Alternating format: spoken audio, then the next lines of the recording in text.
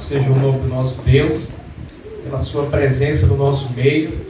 Desde já eu já parabenizo, um conjunto de gestos, que Deus os abençoe poderosamente, as demais irmãs também, que Deus possa usá-las para a sua glória através das expressões, como foi dito no início. Deus seja louvado por isso. Quero aqui também expressar a minha gratidão pelo convite, pela confiança, por rever o presbítero Carlos Alberto, está ali, ó. Que bênção poder revê-lo. Deus também o abençoe e Cristo poderosamente. Meus irmãos, vamos abrir nossas Bíblias na carta de Paulo a Romanos capítulo 12. Vamos ler os versos de número 1 e o verso número 2. Esse texto é um texto um tanto familiar de todos nós, mas vejamos o que Deus há de falar ao nosso coração nesta noite.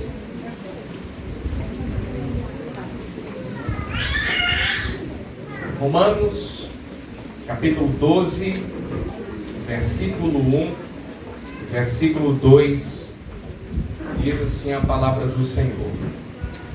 Rogo-vos, pois, irmãos, pelas misericórdias de Deus, que apresenteis o vosso corpo por sacrifício vivo, santo e agradável a Deus, que é o vosso culto racional. E não vos conformeis com este século, mas transformai-vos pela renovação da vossa mente, para que experimenteis qual seja a boa, agradável e perfeita vontade de Deus. Diga amém. Amém. Amém. Glória a Deus. Podem sentar, por isso.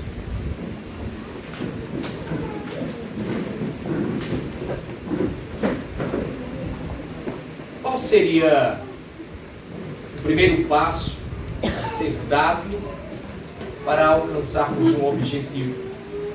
Eu sei que todos nós temos objetivos pessoais, temos metas a serem alcançadas, e a pergunta é: qual seria o primeiro passo a ser dado para alcançarmos os nossos objetivos? Com certeza você já se perguntou por onde começar, ou por onde eu devo começar, porque todos nós queremos começar corretamente. Ninguém quer dar passos errados. É triste nós iniciarmos algo, termos que retroceder porque começamos da maneira errada. Quando Deus ele formou o homem, Deus deu ao homem a capacidade de pensar, a capacidade de refletir, para que o homem não haja pelos seus impulsos. Deus deu ao homem uma mente para pensar, uma mente para refletir. A mente é um conceito complexo de explicarmos, porque na ótica da psicologia, a mente tem uma definição própria. Na ótica da filosofia, a mente também tem o seu conceito. Na neurociência, também nós temos uma terceira definição sobre o que seria a mente. Acrescentando-se a isso, nós temos o senso comum, Todos nós, cidadãos comuns, nós temos a nossa própria definição do que seria a mente. Cada um desses grupos que foram mencionados, especificamente o grupo filosófico, psicológico e o grupo dos neurocientistas, eles têm o seu conceito particular do que significa a mente que Deus deu ao homem. Eles concordam entre si em alguns pontos, divergem entre outros, mas em suma, o que esses três conceitos eles se igualam na filosofia, na psicologia e na neurociência, é que a mente humana é um conceito que engloba processos psicológicos, cognitivos e emocionais que nos fazem interagirmos com o mundo. Agora é interessante que, segundo a neurociência, em nossa mente há uma conexão emocional que faz com que as nossas emoções estejam à frente de pensamentos bem fundamentados. Então, muitas das vezes nós agimos mais pelas emoções do que pelos fatos que nos são apresentados. Por exemplo, né? Todo mundo sabe aqui que açúcar faz mal, não sabe? Todos sabem, né? Mas quem continua tomando café com açúcar? Né? Acredito que quase todos, né? Conseguimos achar ali uma proeza de alguém não tomar café com açúcar. Mas veja bem, por mais que nós sabemos que isso faz mal, a gente não consegue largar de vez, a gente continua tomando o nosso café com açúcar, porque parece que é mais emocionante tomar café com açúcar do que sem açúcar, né? Enfim, queridos, Warren Wiersbe escreveu um livro chamado As Estratégias de Satanás. E o que é central neste livro é que todas as estratégias do diabo têm um alvo principal, e o alvo principal é a mente que Deus deu ao homem. Por quê? Porque é na mente que damos os primeiros passos para a mudança da nossa vida. Tudo começa na mente.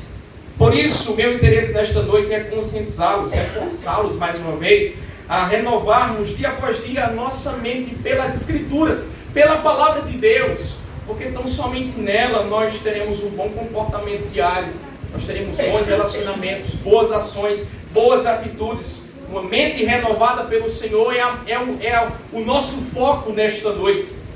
Mas, para tanto, antes de nós entrarmos nos versos que foi lido, eu preciso elucidá-los, contextualizá-los na carta aos Romanos, para que a gente tenha sentido aos versículos 1 e 2 do capítulo 12. O grande tema da epístola aos Romanos é a justificação pela graça divina mediante a fé em Jesus, mais conhecida como a justificação pelo meio da fé. E o apóstolo Paulo, ele desenvolve essa temática de forma tão clara que é possível você ler em casa e identificar as seções estabelecidas por ele nessa epístola. Por exemplo, Romanos capítulo 1, versículo 18, a Romanos capítulo 3, versículo 20, Paulo explica o porquê da necessidade de nós sermos justificados pela graça divina mediante a fé. E por que nós temos essa necessidade de sermos justificados por Cristo Jesus? Por conta da nossa pecaminosidade. Por conta que em Adão nós caímos, nós nos distanciamos da glória de Deus. Logo, todos que estão distantes da glória de Deus precisam ser justificados pelo Senhor. Romanos capítulo 3, versículo 21, a capítulo 5, versículo 21, Paulo vai mostrar que o remédio para a nossa pecaminosidade é tão somente essa justificação pela fé em Jesus Cristo. Romanos capítulo 6 ao capítulo 8, Paulo vai mostrar que o resultado de uma vida transformada, uma vida justificada pela fé em Cristo Jesus, é a santificação.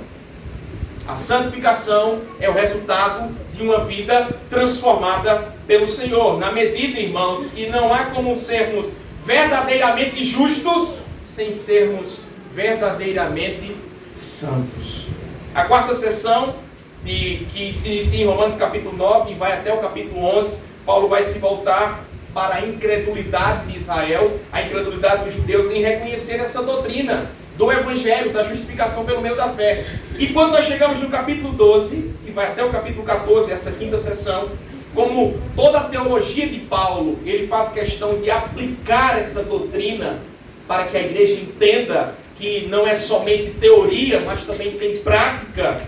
Na quinta sessão, Paulo traz as exortações práticas sobre como a justificação pelo meio da fé resulta na vida diária dos crentes.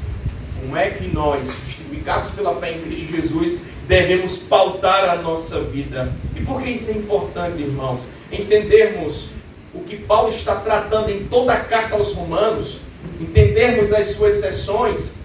Isso é importante porque o versículo 1 e o versículo 2 de Romanos capítulo 12 só tem sentido dentro desse contexto.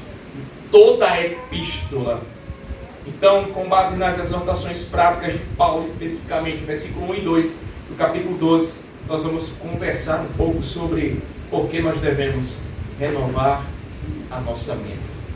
Por que nós devemos renovar a nossa mente. A minha oração é que o Espírito Santo possa aplicar essa palavra ao coração de todos os irmãos aqui presentes. Mas em primeiro lugar, meus queridos irmãos, por que nós devemos renovar a mente? Em primeiro lugar, por conta do que as Escrituras dizem sobre o que é uma mente não renovada.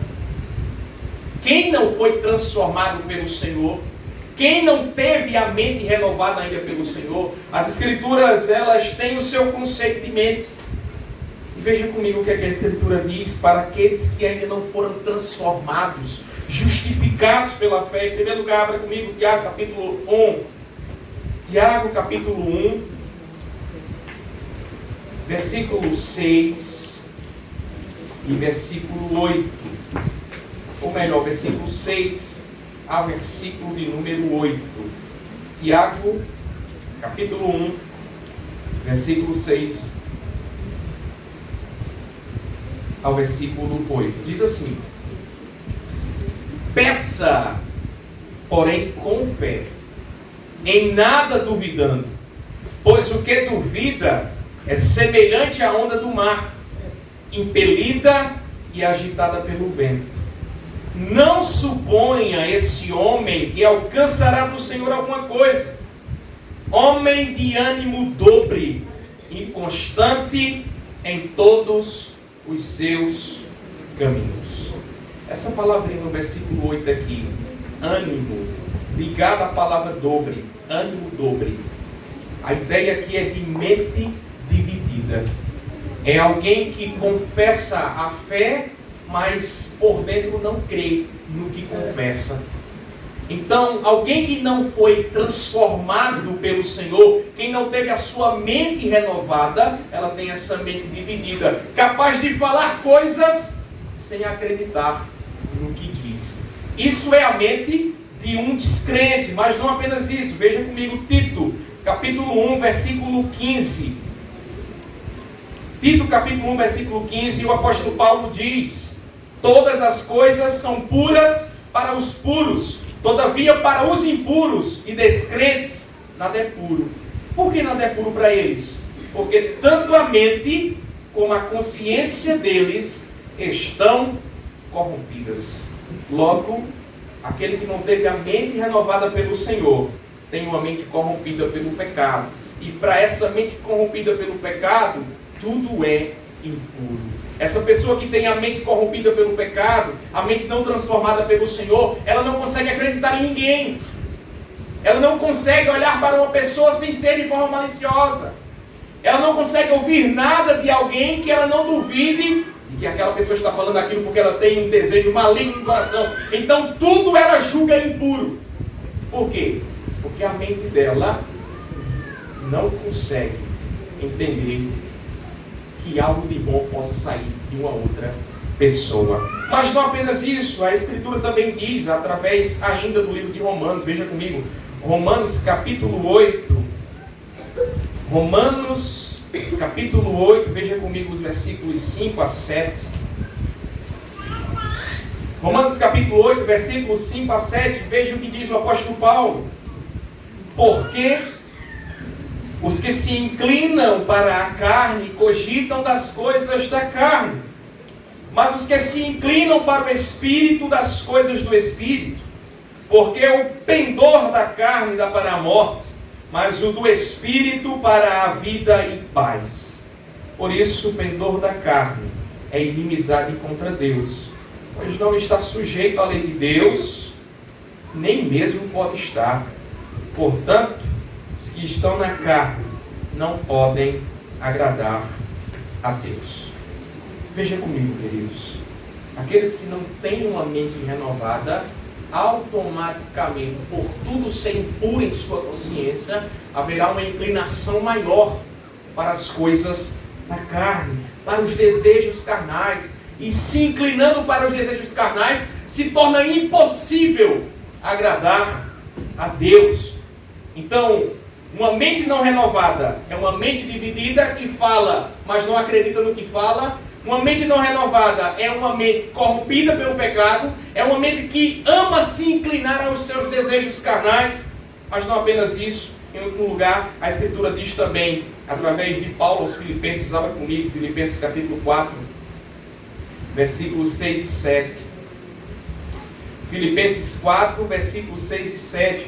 Diz assim o apóstolo Paulo, a carta aos Filipenses: não andeis ansiosos de coisa alguma, em tudo, porém, sejam conhecidas diante de Deus as vossas petições, pela oração e pela súplica, com ações de graças. E a paz de Deus, que excede todo o entendimento, guardará o vosso coração e a vossa mente em Cristo Jesus. Então, quem tem a mente renovada, tem Jesus para entregar um coração ansioso. E quem não tem, vai entregar a mente ansiosa a quem? Vai ficar à mercê do seu próprio coração, da sua própria consciência corrompida. Logo, essa pessoa ela vai viver ansiosa. Ela não tem a quem entregar o seu coração ansioso, porque a ansiedade ela nos ataca, ela nos procura diariamente. O crente, por mais que passa por experiências extraordinárias com Deus, ele não está imune de cair em ansiedade. Mas quando a ansiedade chega, quando a ociosidade chega, nós temos para quem olhar e depositar o nosso coração e pedimos para o nosso Senhor Jesus Cristo nos orientar novamente nas nossas atividades domésticas, nas nossas ações, nos nossos hábitos. Mas quem não tem, irmãos, essa mente ela vai permanecer ansiosa, sem saber para quem olhar. Então, uma mente não renovada, segundo a Escritura, é uma mente descrente, escrava de seus desejos, e ela não tem controle sobre esses desejos. Ela é insaciável. E aí nós entendemos pela Escritura, a gente pode entender porque um drogado, ele não consegue largar aquela droga. E ele continua escalando, mudando a qualidade da droga, porque a sua insaciedade é constante. A sua mente, o seu coração é viciado nisso, e ele não tem para quem olhar. Mas a gente também entende porque alguém torna-se viciado em pornografia, e da pornografia ele quer ir fazer escaladas cada vez maiores.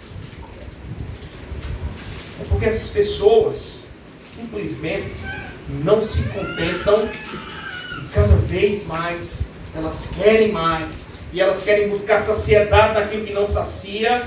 E isso não acontece, irmãos, pelo fato das emoções falarem mais alto do que os fatos. Isso não acontece porque as nossas emoções, como diz a neurociência, né? As emoções falam mais alto do que os fatos. Não é porque as emoções falam mais alto do que os fatos que os drogados se drogam mais, que os pornógrafos querem mais pornografia ou qualquer outra espécie de vício. Mas é porque há em nós uma natureza caída, terrena, pecaminosa, que se ela não encontra com Cristo, não há condições de saciá-la. Então ela vai buscar escalar cada vez mais. E é por isso que o sujo automaticamente se sujará mais ainda. Aquele que é sujo, suja-se mais ainda. Por quê? Porque é algo automático, é algo natural de uma mente não transformada pelo Senhor. Por isso, irmãos, toda transformação no homem também inicia pela mente, passa pela renovação da mente. Se a gente pudesse tirar um exemplo prático aqui, se alguém quer ser fitness, ele não começa pela academia, ele começa pela mente. Ele começa trabalhando a mente, dizendo: eu não posso comer aquilo mais, né? Não posso mais comer isso. E eu tenho que treinar a mente, trabalhar a mente. Se alguém quer chegar mais longe em alguma área, seja de trabalho, seja financeiramente falando, tem que trabalhar primeiro a mente. Tudo inicia na mente. Então, por que nós devemos renovar a mente pela palavra em primeiro lugar? Porque uma mente não renovada é terrível. Fica à mercê do seu próprio coração, dos seus próprios prazeres. Mas em segundo lugar, por que nós devemos renovar a nossa mente? Por causa do que a Bíblia também diz sobre o que é a mente renovada. A mente renovada, segundo Paulo, abra comigo 1 Coríntios capítulo 2. 1 Coríntios capítulo 2, versículos 14 a 16. 1 Coríntios, capítulo 2, versículos 14 a 16. Diz assim, olha o que o apóstolo Paulo diz. Ora, o homem natural não aceita as coisas do Espírito de Deus, porque eles são loucura, e não pode entendê-las, porque elas se discernem espiritualmente. Porém, o homem espiritual julga todas as coisas, mas ele mesmo não é julgado por ninguém. Pois quem conheceu a mente do Senhor, que o possa instruir? Agora escute isso, irmãos, olha o que Paulo diz. Nós, porém, temos a mente de Cristo. Nós temos a mente de Cristo. Quem tem a mente renovada, tem a mente do Senhor. A mente do Senhor estar aqui. E é por isso que nós desfrutamos de paz que excede todo entendimento. Por quê? Porque a mente dele está em nós. Essa palavra mente, ela é a tradução do termozinho grego naos. E naos é templo. Significa literalmente templo. Deus habita na nossa mente. O nosso templo mental é habitado pelo Espírito de Deus, é habitado pelo Deus Pai, é habitado pelo Deus Filho, e é por isso que nós podemos desfrutar plena paz e santo gozo. Por quê? Porque a nossa mente é a mente do Senhor, como diz o apóstolo Paulo. Quando nós lemos Filipenses capítulo 4, versículos 6 e 7, a gente viu que uma mente não renovada não tem aonde entregar o coração. Essa mente não vai receber a paz que excede o entendimento. Logo, o contrário também é verdade. Quem tem Cristo, quem tem a mente renovada, pode receber paz na mente. Vai ter saúde mental e espiritual para você e para mim. Nós vamos estar seguros naquele que habita em nossa mente. E a mente de um salvo, como diz Moisés, lá na renovação da lei, especificamente no livro de Deuteronômio, capítulo 11, versículo 18, é uma mente que guarda a lei do Senhor. Nela medita, que seja andando, que seja sentado, que seja nos umbrais da porta de sua casa, essa lei está diariamente nessa mente que foi transformada.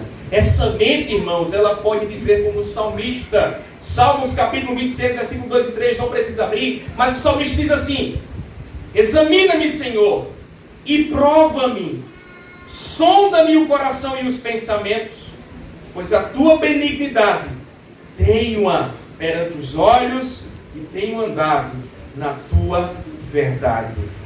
Lendo esse salmo, irmãos, eu preciso fazer uma pergunta a você. Você tem coragem de fazer esse mesmo pedido do salmista?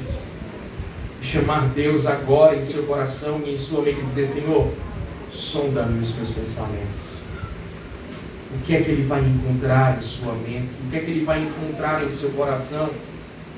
Eu sei que Deus conhece todas as coisas em nós, não é? Aqui é realmente uma figura de linguagem que o salmista está utilizando, mas essa figura de linguagem só há condições de ser utilizada quando o nosso coração está sadio diante do Senhor. Imagina aí o exemplo daquela criança, daquele jovem que está em casa, trancado dentro do quarto, e aí de repente o pai chega lá, abre aquela porta e diz: me dê seu celular agora, eu quero ver o que é que você está vendo aí.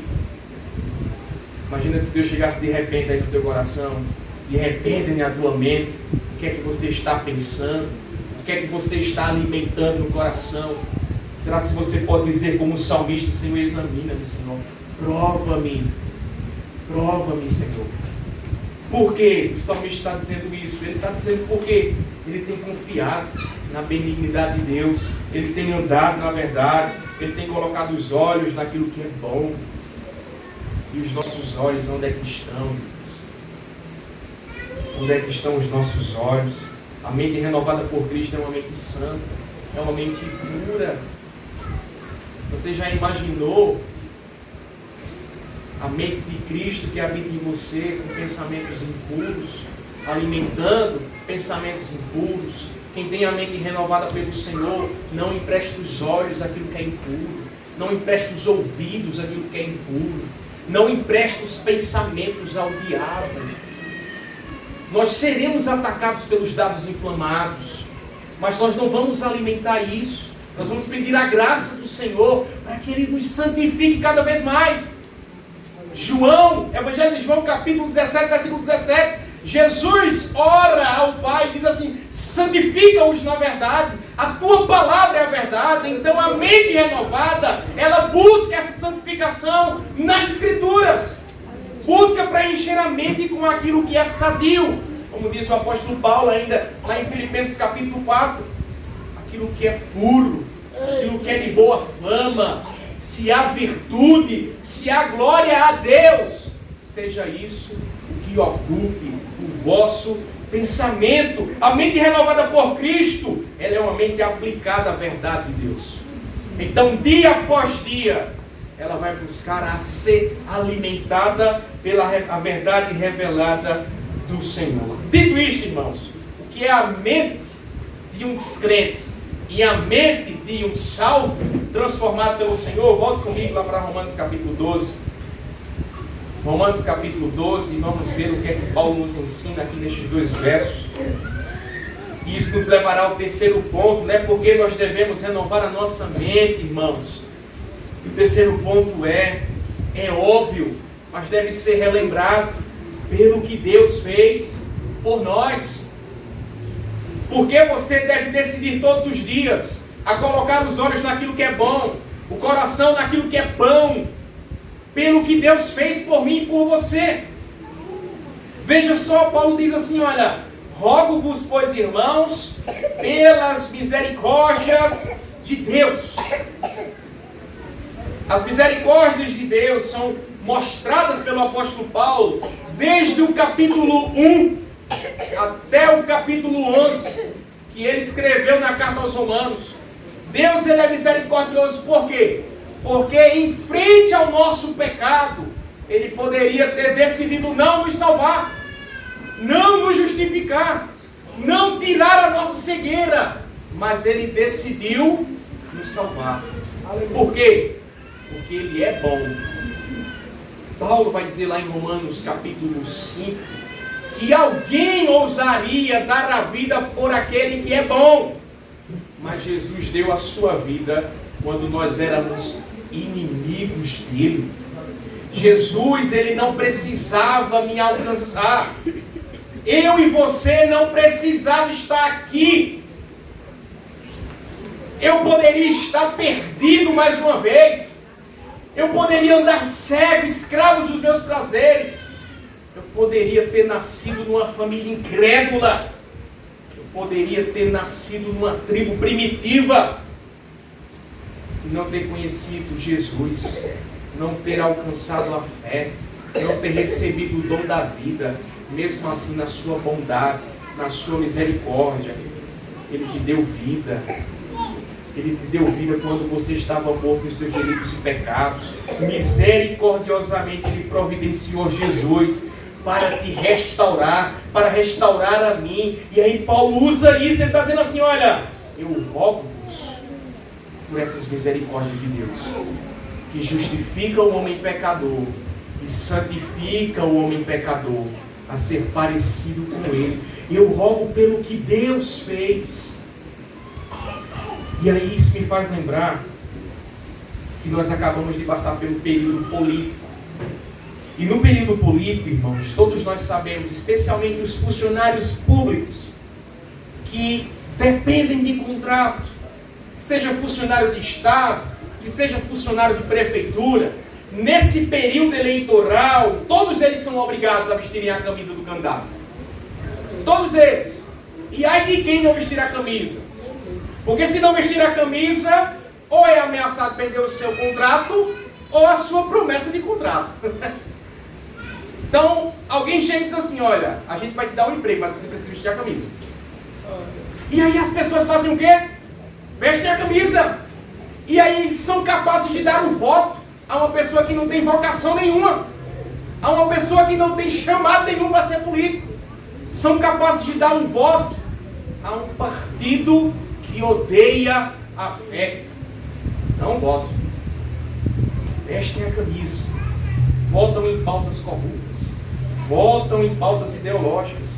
declaram o seu apoio publicamente, brigam, se intrigam na igreja.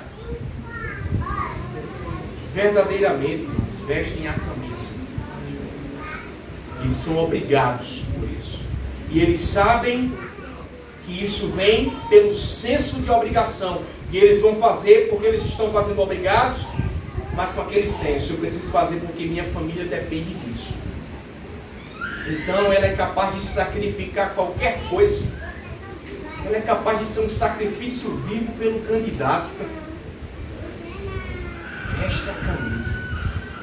Só que quando Paulo ele inicia com essa palavra rogo-vos, e a melhor versão é rogo-vos, talvez na sua versão esteja, portanto, dando sinalização de conclusão do que foi dito anteriormente, mas a palavra rogo-vos aqui, ela é importante, por quê? Porque a palavra rogo-vos, irmãos, é a tradução do termozinho grego parakalou, e parakalou significa alguém que está implorando. Então eu e você pode imaginar o apóstolo Paulo aqui implorando o favor dos irmãos de Roma, gentios e judeus. É como se Paulo estivesse de joelhos, implorando: olha, irmãos, Deus foi tão misericordioso comigo e com você, e agora eu imploro que você vista a camisa do cristianismo. Aleluia! Paulo está rogando com amor, está exortando com muita fé, intensificando: irmãos, eu rogo-vos pelas misericórdias de Deus. Ele está implorando. E aí a gente vai fazer uma comparação. Quando nós queremos alguma coisa, quando é um objetivo particular e pessoal, ninguém precisa nem obrigar. A gente já veste a camisa, a gente já entra no time.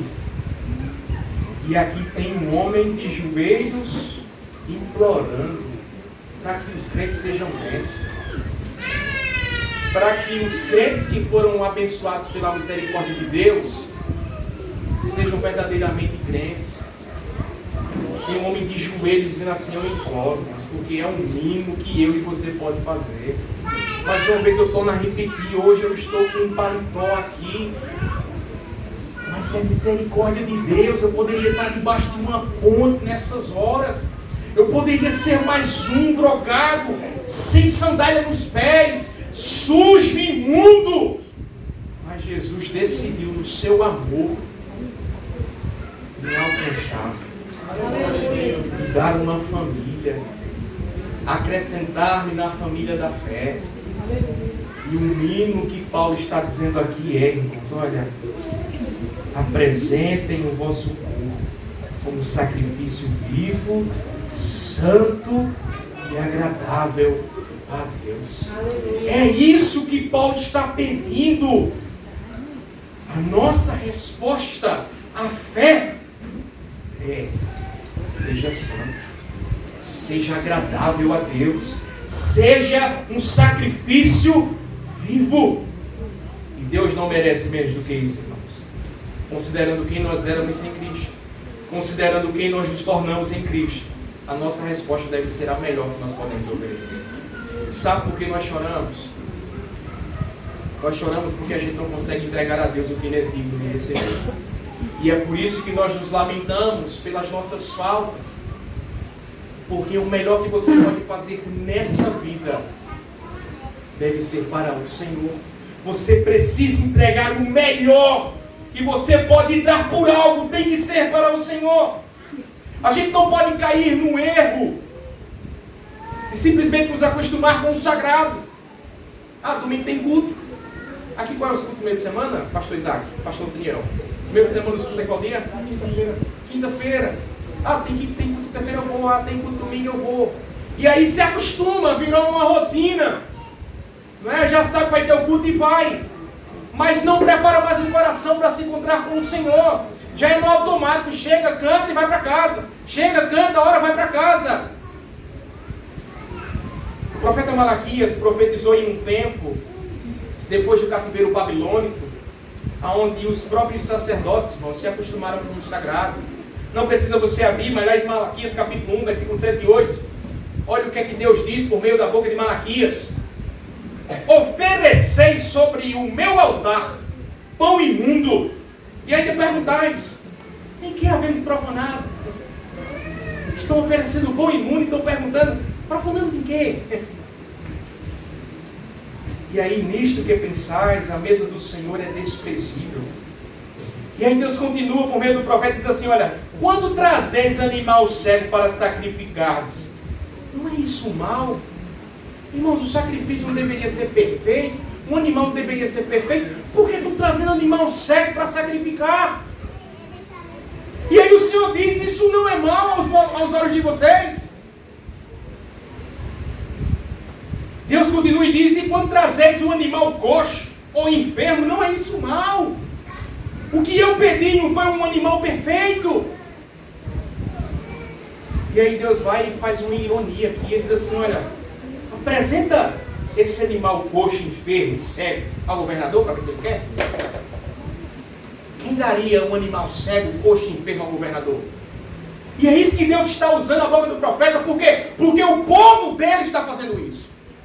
O povo dele se acostumou a prestar culto de forma relaxada, né? Se habituou tanto com o sacrifício, mesmo depois de 70 anos de cativeiro, está lá o povo repetindo os mesmos erros. E ao invés de serem um sacrifício vivo, santo e agradável, se tornaram sacrifícios coxos, sacrifícios impuros.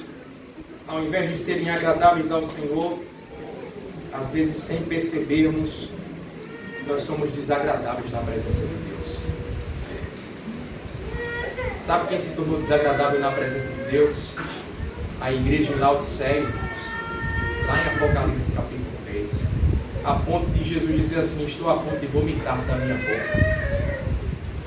Então é possível a gente se acostumar com o sagrado e pensarmos que estamos abalando, né, na fé, mas na realidade o nosso coração está do lado de fora do templo.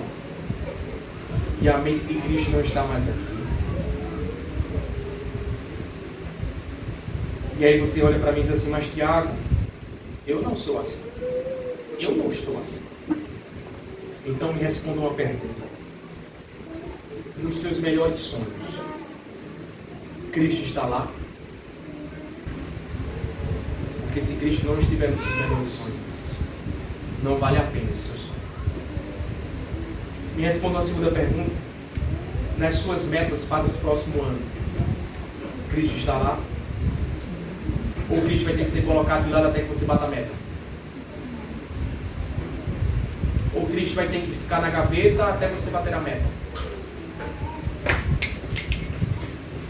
Será que Cristo é só um programa de final de semana? Você vem ao culto na quinta, tira Cristo da gaveta, cultua, depois chega em casa, coloca ele na gaveta, aí na sexta-feira assina um contrato ilícito. A língua não se controla, né? Os olhos não pode ver uma mulher que indecentemente já coloca os olhos nela. Os olhos não podem ter um minuto de sossego com o celular que vai pesquisar porcarias na internet.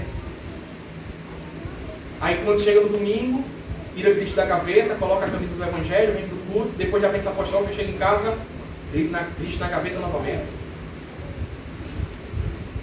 Se Cristo não estiver no seu dia a dia, pautando a sua linguagem, os seus olhos, aquilo que você assiste, aquilo que você conversa, aquilo que você pensa, a sua mente ainda não foi renovada pelo Senhor.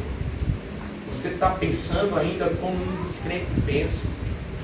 Esses dias, chegou até mim uma irmã que estava se sentindo mal amada pelo marido, foi se aconselhar com uma outra irmã, e a outra irmã aconselhou ela assim, olha, compra um shortinho mais curto, né? Para que teu marido olhe para você também.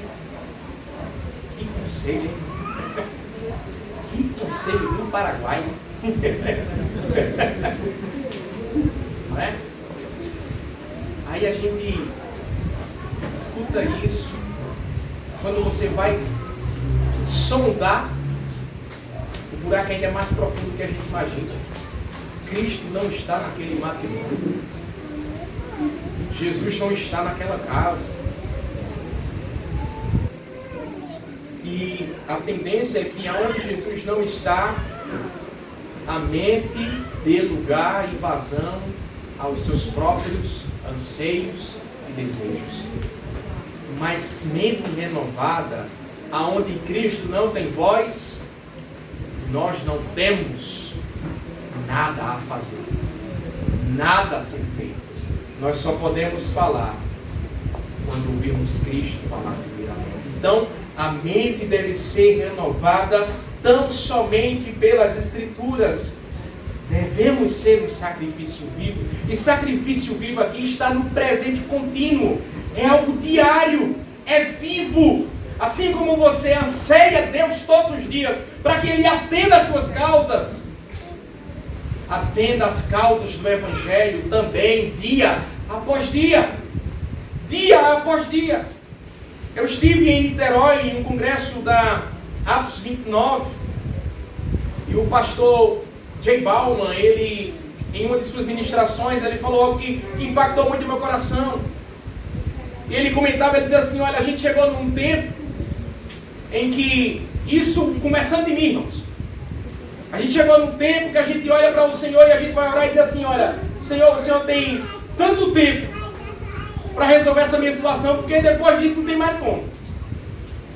E aí a gente começa a dizer: Senhor, o Senhor tem 10 minutos, porque daqui a 15 a mulher vai passar aqui e quer o dinheiro. Senhor, o Senhor tem 5 minutos para resolver esse problema para mim. E a gente acostumou-se em dizer o tempo que Deus tem que fazer as coisas para a gente. Quando na realidade, por um outro lado, Deus está dizendo assim para a gente: eu quero que você ore mais hoje.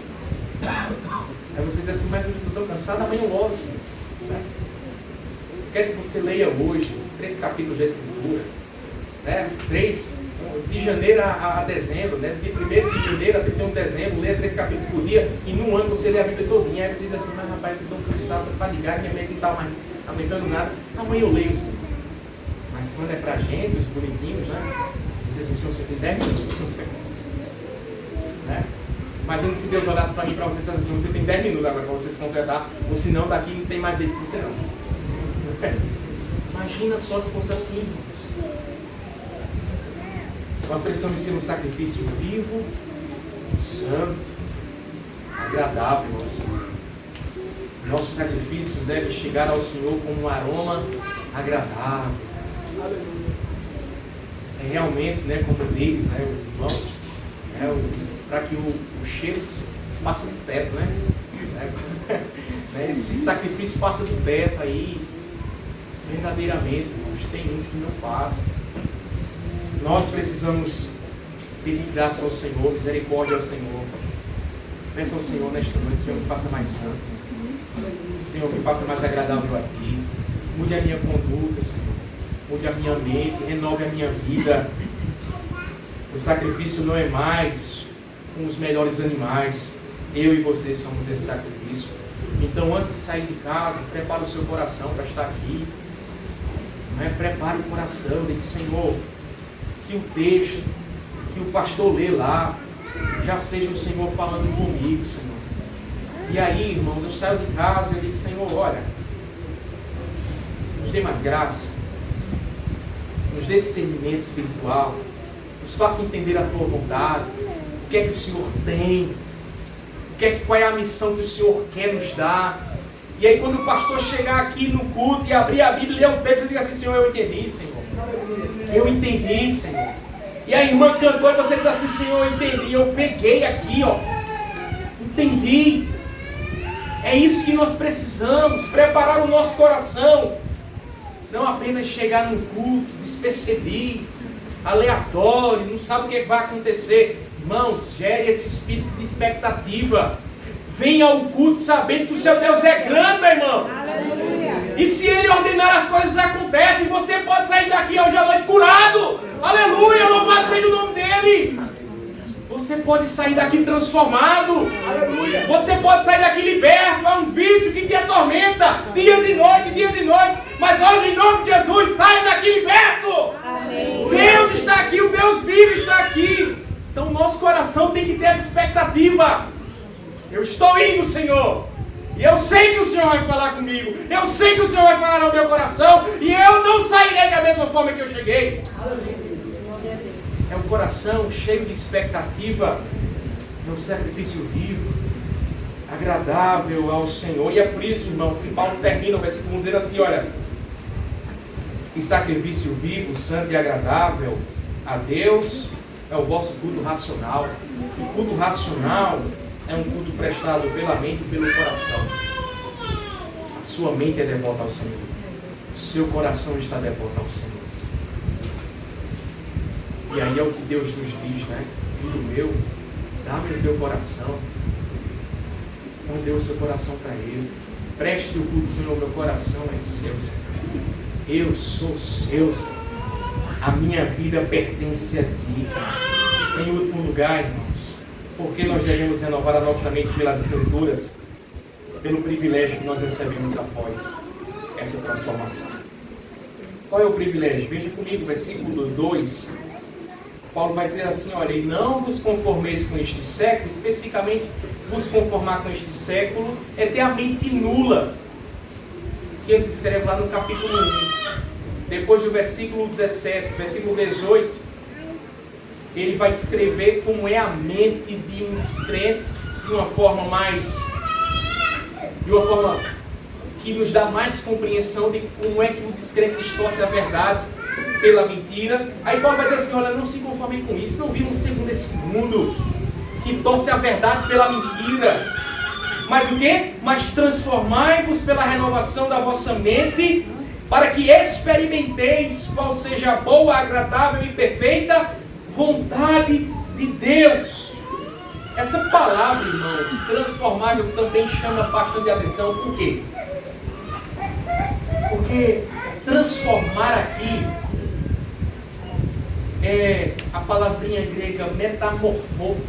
Essa palavra metamorfô é uma transformação interna e externa. De dentro para fora. Ela não é apenas externa, onde a gente pode enganar as pessoas. Ela também é interna. Então a ideia é de que alguém só pode experimentar a perfeita, a boa, a agradável vontade de Deus na vida se for alguém verdadeiramente santo, puro e agradável a Ele, que teve o seu coração transformado internamente. Ela não só é alguém que fala que foi transformado, a vida dela, a vida dele, todos sabem, todos testemunham que ele foi transformado, que ela foi transformada. É interessante, irmãos, que alguém que é marcado pelo poder de Deus na vida, que é transformado verdadeiramente pelo Senhor, até quando ele erra, alguém vai dizer assim, mas ele não é assim.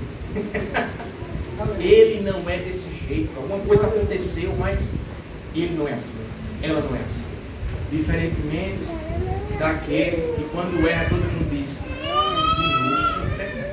a gente sabe que ele é desse jeito, nunca acerta, diz que vai acertar e nunca acerta.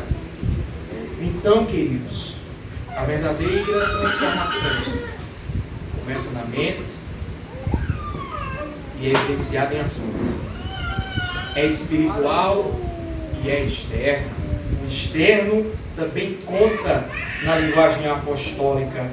Por isso, irmãos, somente as Escrituras podem renovar a nossa mente para que sejamos mais parecidos com Cristo, mais parecidos com o Senhor.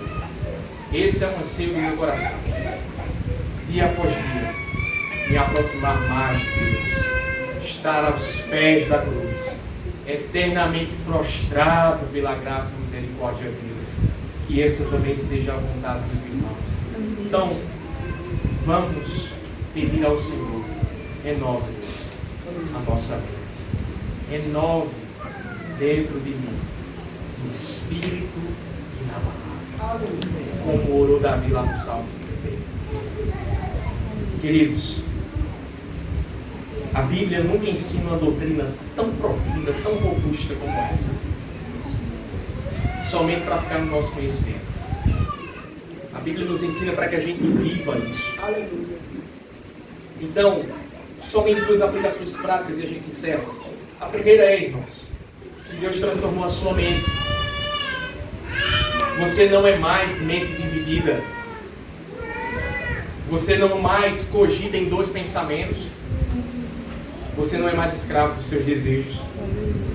Então, em forma de gratidão, faça mais do que apenas vir a um culto de domingo à noite ou de quinta. Faça com que todos vejam Cristo em você diariamente. Faça com que o brilho que resplandece nas trevas, e as trevas não prevalecem contra esse brilho, brilhe aonde você colocar os seus pés. Todos os dias devem ser marcados por um coração devoto ao Senhor. Segundo lugar, se Deus misericordiosamente transformou a sua mente, não venha somente bater um ponto na casa do Senhor. Saia daqui, mas volte amanhã com seu coração disposto a receber não somente a educação na justiça, mas a repreensão dele, mas a exortação dele em amor. Porque como nós escutamos, irmãos, praticamente em todos os louvores que foram cantados, Ele nos ama, Ele nos quer bem, eternamente Ele nos quer bem, e é por isso que Ele nos preparou para esse momento, para estarmos na presença dEle, desfrutando dEle. Esse é o propósito de todo homem, desfrutar do Senhor, glorificá-lo para sempre. Então, a resposta minha e sua a essa mensagem é: sim, Senhor, a Ti darei a minha vida, a Ti darei o meu melhor. Vamos cantar aquele coro tão lindo, né? Renova-me, Senhor Jesus. Cante. Já não quero ser igual. Aleluia. Renova-me, Senhor Jesus. Põe em mim, Senhor. Põe em mim teu coração. Aleluia. Porque tudo que há dentro de mim Necessita ser curado. somente o Senhor pode nos mudar verdadeiramente, Senhor. Porque tudo que há dentro do meu coração necessita mais de ti. Você pode dar glória a Deus por isso. Louvado seja o nome do Senhor. Pastor Isaac, muito obrigado pelo convite. Agradeço a disposição dos irmãos em poder nos ouvir. Que Deus vos abençoe poderosamente.